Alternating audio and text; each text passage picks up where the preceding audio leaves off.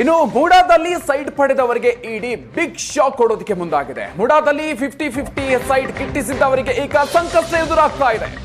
50-50 site ಹಂಚಿಕೆ ಅಕ್ರಮದ ಬೆನ್ನು ಹತ್ತಿದೆ ಇಡಿ.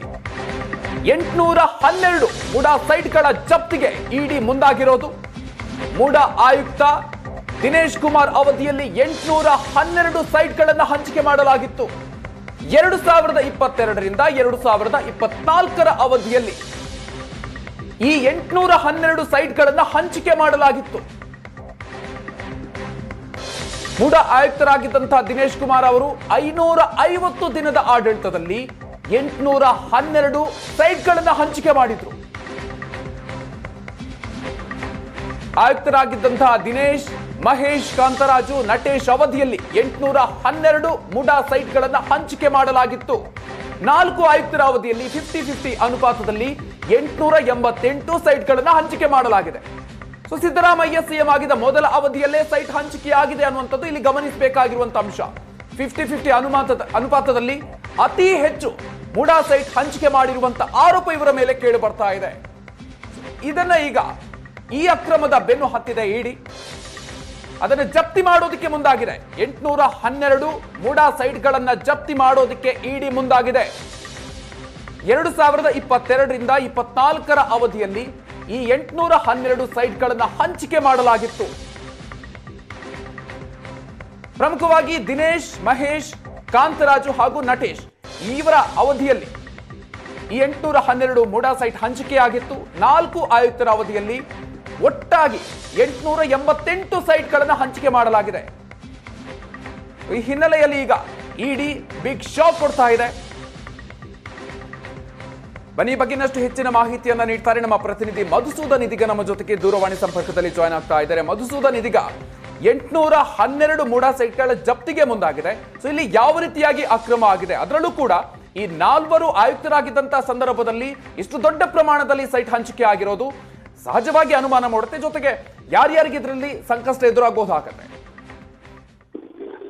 ಮೊದಲು ಖಂಡಿತವಾಗ್ಲೂ ಕೂಡ ಮೈಸೂರು ನಗರಾಭಿವೃದ್ಧಿ ಪ್ರಾಧಿಕಾರದಲ್ಲಿ ನಡೆದಿರತಕ್ಕಂಥ ಈ ಒಂದು 50 ಹಗರಣ ಏನಿದೆ, ಈ ಹಗರಣವನ್ನ ನಾವು ಇಲ್ಲಿವರೆಗೂ ಕೂಡ 2020ರಿಂದ ಈಚೆಗೆ ನಡೀತಿದಂತ ಹಗರಣ ಅಂತೇಳಿ ಅನ್ಕೊಳ್ತಾ ಇದೀವಿ. ಆದ್ರೆ ಇಡಿ ತನಿಖೆಯನ್ನ ಕೂಲಂಕುಷವಾಗಿ ತನಿಖೆಯನ್ನ ಕೈಗೆತ್ತಿಕೊಂಡಿರ್ತಕ್ಕಂಥ ಇಡಿ ಏನಿದೆ, ಇಡಿ ಒಂದು ವಿಚಾರವನ್ನ ಬೆಳಕಿಗೆ ತಂದಿರತಕ್ಕಂಥದ್ದು. ಮೈಸೂರು ನಗರಾಭಿವೃದ್ಧಿ ಪ್ರಾಧಿಕಾರದಲ್ಲಿ 9 ವರ್ಷಗಳ ಹಿಂದೆಯಿಂದಲೂ ಕೂಡ ಈ 50-50ಯ ಸೈಟ್ಗಳ ಹಂಚಿಕೆ ಹಗರಣ ನಡೆದಿರ್ತಕ್ಕಂಥದನ್ನ ಇಡಿ ಗುರುತು ಮಾಡಿರ್ತಕ್ಕಂಥದ್ದು. ಬಹಳ ಮುಖ್ಯವಾಗಿ ಇಲ್ಲಿ ನಾವು ಗಮನಿಸಬೇಕಾಗಿರೋದು 2016ರಿಂದಲೇ ಕೂಡ 50-50 ನಿವೇಶನಗಳನ್ನ ಕೊಡ್ಲಿಕ್ಕೆ ಶುರು ಮಾಡಿದ್ದಾರೆ ಮೈಸೂರು ನಗರಾಭಿವೃದ್ಧಿ ಪ್ರಾಧಿಕಾರದಲ್ಲಿ ಅಂತ ಹೇಳಿ.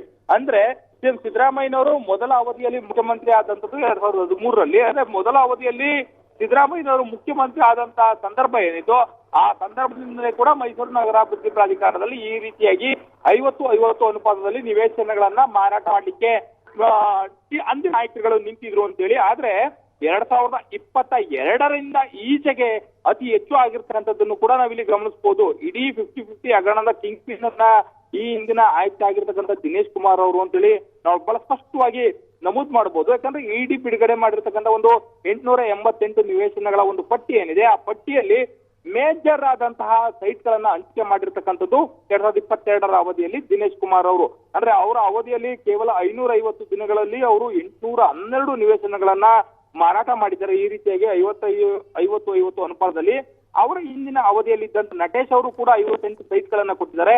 2018ರಲ್ಲಿ ಇದ್ದಂತ ಕಾಂತರಾಜು ಆಯುಕ್ತರು ಏನಿದ್ರು ಅವರ ಅವಧಿಯಲ್ಲಿ 10 ಆದ್ರೆ 2016ರಲ್ಲಿ ಮಹೇಶ್ ಅನ್ನೋರು ಆಯುಕ್ತರು 8 ನಿವೇಶನಗಳನ್ನ. 2016 ಅಂದ್ರೆ ಮುಖ್ಯಮಂತ್ರಿ ಸಿದ್ದರಾಮಯ್ಯನವರ ಅವಧಿ. 2015ರಲ್ಲಿ 50-50 ನಿಯಮವನ್ನ ಜಾರಿಗೆ ತರಬೇಕು ಅನ್ನೋ ಒಂದು ಯೋಜನೆಯನ್ನು ಕೂಡ ಸರ್ಕಾರ ಆ ಸಂದರ್ಭದಲ್ಲಿ ಯೋಚನೆ ಮಾಡಿತ್ತು. ಆದ್ರೆ ಸಂಪೂರ್ಣವಾಗಿ ಅದು ಜಾರಿ ಆಗಿರ್ಲಿಲ್ಲ. ಅಂತಹದ್ದೊಂದು ನಿಯಮ ಸಂಪೂರ್ಣವಾಗಿ ಜಾರಿ ಆಗದೆ ಇದ್ರೂ ಕೂಡ ನಿಯಮ ಜಾರಿ ಆಗದೆ ಇರತಕ್ಕಂತ ನಿಯಮವನ್ನ ಮುಂದಿಟ್ಕೊಂಡು ಮೈಸೂರು ನಗರಾಭಿವೃದ್ಧಿ ಪ್ರಾಧಿಕಾರದಲ್ಲಿ 9 ವರ್ಷಗಳ ಹಿಂದೆಯಿಂದನೂ ಕೂಡ ಇಂಥದ್ದೊಂದು ಅಕ್ರಮ ಮಾಡ್ಕೊಂಡು ಬಂದಿರತಕ್ಕಂಥದ್ದು ಬಹಳ ಸ್ಪಷ್ಟವಾಗಿ ಗೊತ್ತಾಗ್ತಾ ಇದೆ.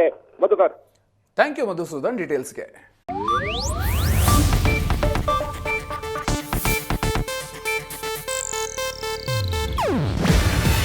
ಇದು ಏಷ್ಯಾನೆಟ್ ನ್ಯೂಸ್ ನೆಟ್ವರ್ಕ್ ಪ್ರಸ್ತುತಿ. ನೀವು ನೋಡ್ತಿದ್ದೀರಾ ಏಷ್ಯಾನೆಟ್ ಸುವರ್ಣ ನ್ಯೂಸ್.